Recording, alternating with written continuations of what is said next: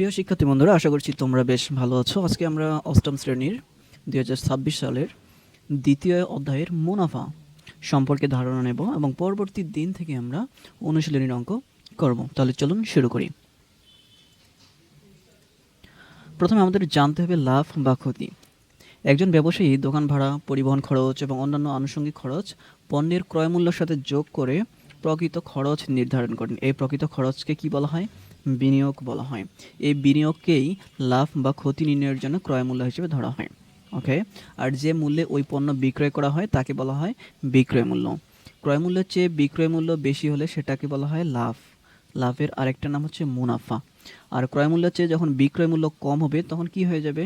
লোকসান হবে, আর যেটাকে আমরা ক্ষতি বলে চিনি। আবার ক্রয় মূল্য ও বিক্রয় মূল্য যদি সমান হয় তাহলে লাভ বা ক্ষতি কোনোটাই হবে না। লাভ বা ক্ষতি ক্রয় মূল্যের উপর হিসাব করা হয়। এটা এমসিকিউর জন্য খুবই ইম্পর্টেন্ট। পরীক্ষা আসতে পারে যে লাভ বা ক্ষতি কিসের উপর নির্ভর করে বা কিসের উপর হিসাব করা হয়? উত্তর হবে ক্রয় মূল্যের উপর।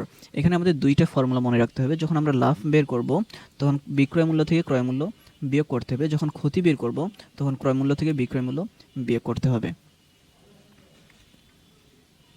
উদাহরণ 1 দেখি। একজন দোকানদার প্রতি হালি ডিম, প্রতি হালি বলতে 1 হালি ডিমের কথা বোঝানো হচ্ছে, 25 টাকা দরে ক্রয় করে, অর্থাৎ 25 টাকা দামে সে কিনছে এবং প্রতি 2 হালি 56 টাকা দরে এবার বিক্রয় করছে। তাহলে শতকরা কত লাভ হবে? তাহলে আমাদের প্রথমে বের করি 1 হালি ডিমের ক্রয় মূল্য কত টাকা ছিল? এখানে 25 টাকা। তাহলে 2 হালি ডিমের ক্রয় মূল্য হবে কত? 50 টাকা। এবার যেহেতু ক্রয় মূল্য থেকে বিক্রয় মূল্য বেশি, সুতরাং লাভ হবে। অর্থাৎ সে 2 হালি বিক্রি করছে 56 টাকা দিয়ে, আর সে কিনছে কত টাকা দিয়ে? 50 টাকা দিয়ে। তার মানে কি লাভ হয়েছে? কত টাকা লাভ হয়েছে? ওই যে লাভের একটা সূত্র একটু আগে পড়লাম, বিক্রয় মূল্য থেকে ক্রয় মূল্য বাদ দিতে হবে। তাহলে আমরা লিখি অতএব লাভ সমান সমান বিক্রয় মূল্য 56 টাকা, ক্রয় মূল্য হচ্ছে 50 টাকা, অর্থাৎ লাভ হইল 6 টাকা। তাহলে সে কিনছে 50 টাকায়, 50 টাকায় লাভ হয়ে গেল কত? 6 টাকা। 1 টাকায় কম লাভ হবে, তা এই জন্য ভাগ, অর্থাৎ 6 উপরে নিচে 50। এবং 100 টাকায়, যেহেতু শতকরার অঙ্ক আমরা করতেছি, অতএব 100 টাকায় কত হবে? 100 টাকায় বেশি হবে, এই জন্য উপরে গুণ করলাম। এবার কাটাকাটি করি, 50 একে 50, 50 দুগুণে 100, 6 দুগুণা 12, অর্থাৎ লাভ হলো 12%। আশা করছি প্রিয় শিক্ষার্থী বন্ধুরা তোমরা খুব চমৎকারভাবে বুঝতে পেরেছ। এরপরে আমরা উদাহরণ 2 যাব। একটি ছাগল 8% ক্ষতিতে বিক্রয় করা হলো। ক্ষতিতে মানে 100 টাকায় 8 টাকা ক্ষতি হয়েছে। ওকে, আর ছাগলটি আরও 800 টাকা বেশি মূল্যে বিক্রয় করলে এবার কত? 8% লাভ হতো, অর্থাৎ 100 টাকায় 8 টাকা লাভ হতো। ছাগলটির ক্রয় মূল্য নির্ধারণ করো। এর জন্য আমাদের প্রথমে কি করতে হবে? লাভ বা ক্ষতি কিসের উপর নির্ভর করে? ক্রয় মূল্যের উপর নির্ভর করে। ছাগলটির ক্রয় মূল্য 100 টাকা যদি হয়, 8% ক্ষতিতে বিক্রয় মূল্য কত হয়েছে? 100 থেকে 8 টাকা কম হবে, অর্থাৎ 92 টাকা। এখন 8% লাভে বিক্রয় করলে কত হতো? 108 টাকা হইতো। লাভ মানে সবসময় মনে রাখবো যোগ, আর ক্ষতি মানে হচ্ছে সবসময় মনে রাখবো যে বিয়োগ। ওকে, তাহলে বিক্রয় মূল্য বেশি হয়েছে কত টাকা দিয়ে? এখানে বিক্রয় করছে 108 টাকা দিয়ে, আর আগে ছিল কত? যে ক্ষতিতে 8% ক্ষতিতে যে বিক্রয় করছে এখানে ছিল 92 টাকা। তাহলে বিক্রয় মূল্য বেশি হয়েছে কত? 16 টাকা। তাহলে বিক্রয় মূল্য যদি 16 টাকা হয়, ক্রয় মূল্য কত হবে? 100 টাকা। 1 টাকায় কম হবে, অর্থাৎ উপরে 100 নিচে 16, আর 800 টাকায় বেশি হবে মানে কি গুণ। 16কে 16, 50 আর 16 গুণ করলে 800 হয়। তাহলে কাটাকাটি করলাম, 100 আর 50 গুণ করলে 5000 হয়। ছাগলটির ক্রয় মূল্য পেয়ে গেলাম 5000 টাকা। এখানে কি চেয়েছে? ছাগলটির ক্রয় মূল্য নির্ণয় করো। তাহলে আমরা ক্রয় মূল্য নির্ণয় করলাম। এরপর একটা ছক দেওয়া আছে, চলো আমরা ছকটা দেখে নিই। এখানে দেওয়া আছে ক্রয় মূল্য 600 টাকা, বিক্রয় মূল্য 660 টাকা, লাভ বা ক্ষতি হচ্ছে 60 টাকা। কিভাবে বুঝলাম আমরা? সে কিনছে 600 টাকা দিয়ে, বিক্রি করছে 660 টাকা দিয়ে, তার মানে 60 টাকা সে লাভ করছে। লাভের অঙ্কটা কিভাবে করছিলাম? সূত্রটা কি? বিক্রয় মূল্য থেকে ক্রয় মূল্য বিয়োগ, অর্থাৎ 660 থেকে যদি আমরা 600 বাদ দিই তাহলে পেয়ে যাই 60, অর্থাৎ লাভ হয়েছে। কত টাকা লাভ হয়েছে? 10%। কিভাবে বুঝলাম? কারণ 100 টাকায়, এখানে 600 টাকায় লাভ হয়েছে 60 টাকা, তার মানে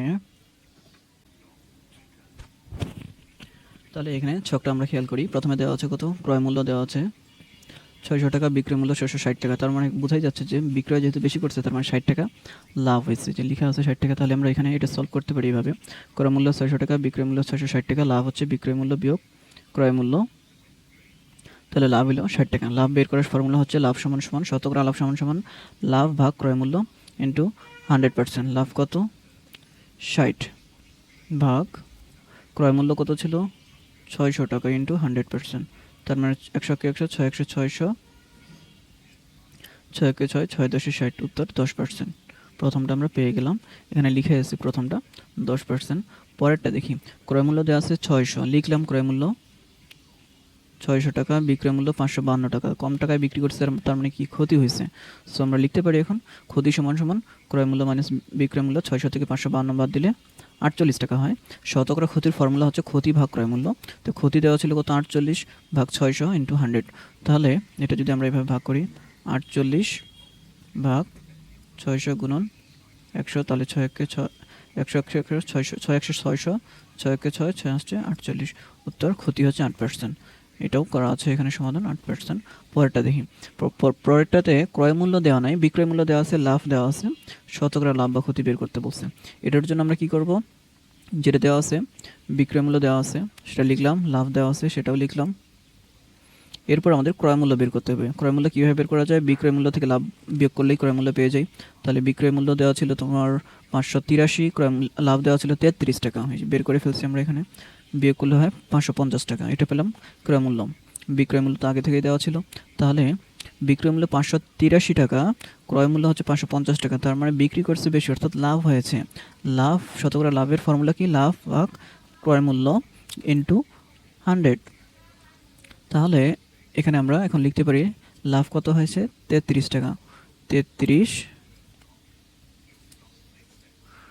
ভাগ 550 গুণন 100, 0 0 কেটে দিলাম। 3 11, 11 দিয়ে এটা কাটতে পারি আমরা। 3 11 33, 5 11 55, 5 1 5, 5 20 100।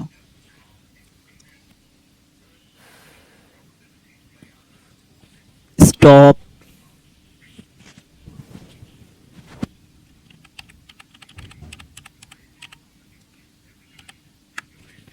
তাহলে এটা আমরা কাটাকাটি করতে পারি, 0 0 কাটলাম, 10 5 দুগুণা 10, 5 11 55, 11 কে 11, 3 11 33, অর্থাৎ 3 দুগুণা 6, 6% শতকরা লাভ। তাহলে আমরা এখানে কি বসাতে পারি, 6% লাভ। আর এখানে আমরা ক্রয় মূল্য কত বের করছি, 550 টাকা। পরেরটা বের করি, ক্রয় মূল্য দেওয়া আছে, এবার বিক্রয় মূল্য দেওয়া নেই। ক্রয় মূল্য লিখে ফেললাম 856 টাকা, ক্ষতি দেওয়া আছে 107 টাকা। বিক্রয় মূল্য কীভাবে বের করব, ক্রয় মূল্য থেকে ক্ষতি বাদ দিলেই হবে। এক কথায় ক্রয় মূল্য আর বিক্রয় মূল্য বের করার জন্য এই ফর্মুলাটা মনে রাখলেই হবে। ক্রয় মূল্য কীভাবে বের করি, বিক্রয় মূল্য থেকে লাভ বাদ দিলেই ক্রয় মূল্য পেয়ে যাই। আর বিক্রয় মূল্য বের করতে চাইলে ক্রয় মূল্য থেকে ক্ষতি বাদ দিলেই সেটা বিক্রয় মূল্য পেয়ে যাই। তাহলে বিক্রয় মূল্য দেওয়া ছিল 856 টাকা, ক্রয় মূল্য দেওয়া ছিল 856 টাকা, ক্ষতি দেওয়া ছিল 107 টাকা, বিক্রয় মূল্য পেয়ে গেলাম 749 টাকা। এখন ক্রয় মূল্য করছে 856 টাকায়, বিক্রয় করছে 749 টাকায়, যেহেতু কিনছে বেশি টাকা অর্থাৎ ক্ষতি হয়েছে। তাহলে আমরা লিখতে পারি শতকরা ক্ষতি সমান সমান ক্ষতি ভাগ ক্রয় মূল্য ইন্টু 100। তাহলে শতকরা ক্ষতি কত, 107 ভাগ 856 ইন্টু 100। তাহলে এখন 807কে 856 দ্বারা ভাগ করে 100 দ্বারা গুণ করলে পাই 12.5%। তাহলে আমরা এখানে লিখতে পারি বিক্রয় মূল্য 749, আর ক্ষতি পাইলাম, শতকরা ক্ষতি কত পার্সেন্ট পাইলাম, 12.5%। পরেরটা দেখি, এবার ক্রয় মূল্য দেওয়া নেই, বিক্রয় মূল্য দেওয়া নেই, লাভ দেওয়া আছে আর শতকরা লাভ দেওয়া আছে। তাহলে এটা আমরা বের করি, বোঝা যাচ্ছে বিক্রয় মূল্য বেশি হবে। তাহলে লাভ দেওয়া আছে 64 টাকা, শতকরা লাভ 8%, ক্রয় মূল্য ধরে নিলাম এক্স, 8% মানে হচ্ছে 100 ভাগের 8। লাভ সমান সমান তাহলে কি হলো, 100 ভাগের 8 গুণন এক্স ধরে নিছিলাম যেটা। তাহলে লাভ দেওয়া ছিল এখানে কত, 64, লাভের জায়গায় 64 বসালাম, আর বাকি যা আছে তাই থাকলো। এবার এক্সটা এই পাশে নিয়ে গেলাম, 64টা এই যে 8কে 100 দ্বারা ভাগ করলে আসে 0.08, এই পাশে নিয়ে গেলে এটা যেহেতু এখানে গুণ হচ্ছে এক্সের সাথে, এই পাশে নিয়ে গেলে ভাগ হবে, অর্থাৎ 64 ভাগ 0.08, 64কে 0.08 দ্বারা ভাগ করলে আসে 800 টাকা। এটা কি, 800 টাকা। তাহলে ক্রয় মূল্য 800 টাকা বসালাম, লাভ তো দেওয়াই ছিল 64, তাহলে দুইটা যোগ করে পেলাম 864, অর্থাৎ বিক্রয় মূল্য পেয়ে গেলাম 864। তাহলে আমরা এখানে লিখতে পারি বিক্রয় মূল্য 864, ক্রয় মূল্য 800 টাকা। এই হলো সমাধান।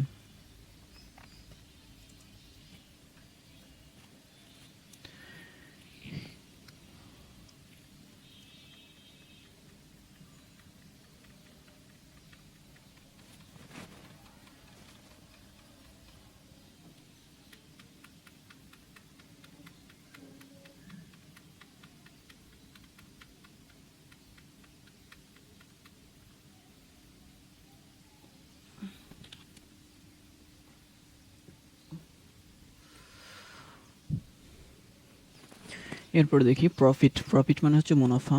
ফরিদ বেগম তার কিছু জমানো টাকা ব্যাংকে রাখার সিদ্ধান্ত নিলেন। তিনি 10,000 টাকা ব্যাংকে আমানত রাখলেন, অর্থাৎ জমা রাখলেন। 1 বছর পর ব্যাংকের হিসাব নিতে গিয়ে দেখলেন তার জমা টাকার পরিমাণ 700 টাকা বৃদ্ধি পেয়ে 10,700 হয়েছে, অর্থাৎ আগের ছিল জমা রাখছিল 10,000 টাকার সাথে 700 টাকা বৃদ্ধি পেয়ে হয়েছে 10,700। 1 বছর পর ফরিদা বেগমের টাকা কিভাবে 700 টাকা বৃদ্ধি পেল? ব্যাংকে টাকা জমা রাখলে ব্যাংক সেই টাকা ব্যবসা, গৃহ নির্মাণ ইত্যাদি বিভিন্ন খাতের ঋণ দিয়ে সেখান থেকে মুনাফা করে, আর ব্যাংক সেখান থেকে আমানতকারীকে কিছু টাকা দেন। এই টাকাই হচ্ছে আমানতকারীর প্রাপ্ত মুনাফা বা লাভ্যাংশ। আর যে টাকা প্রথমে ব্যাংকে জমা রেখেছিল বা রাখা হয়েছিল তা তার মূলধন। মূলধনের আরেকটা নাম হচ্ছে আসল। কারো কাছে টাকা জমা রাখা বা ঋণ দেওয়া বা কারো কাছ থেকে টাকা ধার বা ঋণ হিসেবে নেওয়া একটা প্রক্রিয়ার মাধ্যমে সম্পন্ন হয়। এই প্রক্রিয়ায় মূলত মূলধন, মুনাফার হার, সময়, মুনাফার সাথে সম্পর্কিত। আর এই পুরো অধ্যায়টা সাজানো হয়েছে এই কয়েকটা টার্ম দিয়ে। লক্ষ্য করি মুনাফার হার। 100 টাকার 1 বছরের মুনাফার হার বা শতকরা বার্ষিক মুনাফা বলা হয়। তাহলে মুনাফার হার কাকে বলে? 100 টাকার 1 বছরের মুনাফাকে মুনাফার হার বা শতকরা বার্ষিক মুনাফা বলা হয়। সময়কাল হচ্ছে যে সময়ের জন্য মুনাফা হিসাব করা হয় তাকে এর সময়কাল বলা হয়। সরল মুনাফা হচ্ছে প্রতি বছর শুধু প্রারম্ভিক অর্থাৎ শুরুতে মূলধনের উপর যে মুনাফা হিসাব করা হয় একে সরল মুনাফা বা সিম্পল প্রফিট বলা হয়। শুধু মুনাফা বলতে সরল মুনাফাকেই বোঝানো হয় সবসময়। এরপর মূলধন। মূলধন তো আমরা যখন অঙ্ক করতে যাব, মূলধন বা আসল কথা থাকলে এটাকে আমরা ধরবো পি। পিতে হচ্ছে প্রিন্সিপাল। মুনাফার হারকে আর দ্বারা প্রকাশ করা হয়, এটাকে বলা হয় রেট অফ ইন্টারেস্ট। সময়কে এন দ্বারা প্রকাশ করা হয়, এটাকে বলা হয় টাইম। মুনাফাকে প্রফিট বলা হয়, এটাকে আমরা আই দ্বারা চিহ্নিত করব। সমৃদ্ধি মূলধন। সমৃদ্ধি মূলধন বা মুনাফা আসলকে এ দ্বারা প্রকাশ করা হয়, এটাকে বলা হয় টোটাল অ্যামাউন্ট। এখন এখানে আমরা দেখি মুনাফা আসল যখন বের করবো, অর্থাৎ আসল প্লাস মুনাফা এখানে লুকায়িত আছে, মুনাফা আর আসল। অর্থাৎ মুনাফা আসলকে এ দ্বারা প্রকাশ করা হয়, আসলকে পি দ্বারা প্রকাশ করা হয়, মুনাফাকে আই দ্বারা প্রকাশ করা হয়। তাহলে আমরা বলতে পারি A equal to P plus I. এখান থেকে আমরা যদি এক্সচেঞ্জ করি একটু এই টার্মটা, A plus A equal to, এটা আমরা দেখে নিই, পি প্লাস আই এখানে দেওয়া ছিল A equal to P plus I, P equal to বের করছে, এ ইকুয়াল টু বের করছে, এটাই আমরা বের করব। তাহলে পি প্লাস আই আমরা বাম পাশে নিতে পারি, এই পাশে এভাবে লিখতে পারি, অর্থাৎ ডান পাশেটা বাম পাশে নিয়ে আসলাম, বাম পাশেটা ডান পাশে নিয়ে গেলাম। এরপর পি ইকুয়াল টু যদি বের করি, এখানে প্লাস আছে, ডান পাশে নিয়ে গেলে হয়ে যাবে মাইনাস। আবার আই যদি বের করতে চাই তাহলে এই লাইন থেকেই আই বের করতে চাইলে এ তো ডান পাশে ছিলই, পিটা প্লাস, কোনো সংখ্যার সামনে যদি কোনো কিছু না থাকে তাহলে বুঝতে হবে প্লাস আছে, বাম পাশ থেকে ডান পাশে নিয়ে গেলে সেটা মাইনাস হয়ে যায়। অর্থাৎ আমরা পেলাম P equal two A minus I, I equal two পেলাম এ মাইনাস পি।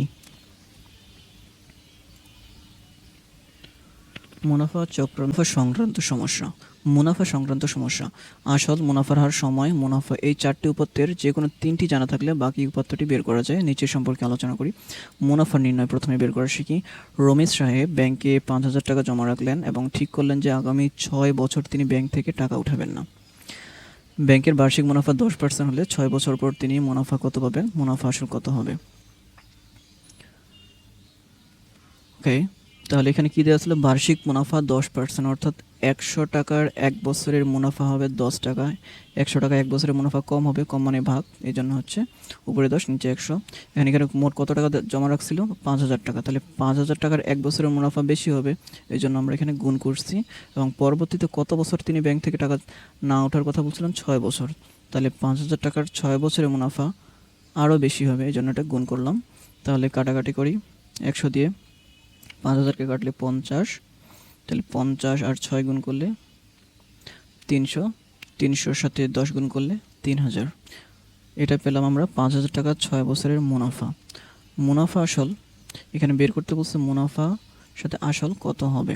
তাহলে আসল ছিল তার 5,000 টাকা, অর্থাৎ শুরুতে 5,000 টাকা জমা রাখছিল। এখন সে 5 বছর পরে 5,000 টাকার 6 বছর পরে মুনাফা পেয়েছে মোট 3,000 টাকা, অর্থাৎ আগের 5,000 এবং 6 বছর পরের 3,000, মোট পেল 8,000 টাকা। এটাই ছিল তার মুনাফা আসল। এখন মুনাফা 3,000 টাকা এবং মুনাফা আসল ছিল 8,000 টাকা। এটাই হলো আমাদের উত্তর। এটা আমরা শর্টকাটে করতে পারি। 5,000 টাকা 6 বছরের মুনাফা, তাহলে এখানে দিতে হবে সে কত টাকা জমা রাখছে এবং সেখানে তার কত পার্সেন্টেজ পাচ্ছে, অর্থাৎ বার্ষিক মুনাফা কত পার্সেন্টেজ সেটা দিতে হবে এবং শেষে হচ্ছে সময়টা দিতে হবে। এভাবে আমরা এক লাইনে এমসিকিউর জন্য সমাধান করতে পারি। এখান থেকে আমরা একটা সূত্র জেনে নিই। মুনাফা সমান সমান আসল গুণন মুনাফার হার গুণন সময়। আসলকে আমরা কী দ্বারা প্রকাশ করি? পি দ্বারা, মুনাফার হারকে আর দ্বারা, সময়কে এন দ্বারা, আর মুনাফাকে প্রকাশ করা হয় আই দ্বারা।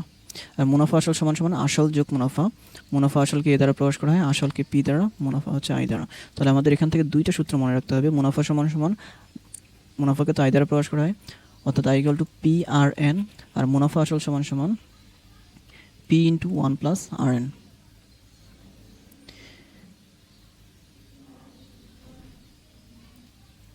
নেক্সট, শতকরা বার্ষিক সমস্ত 2-1 টাকা মুনাফায় কত টাকার 6 বছরের মুনাফা 2550 টাকা হবে?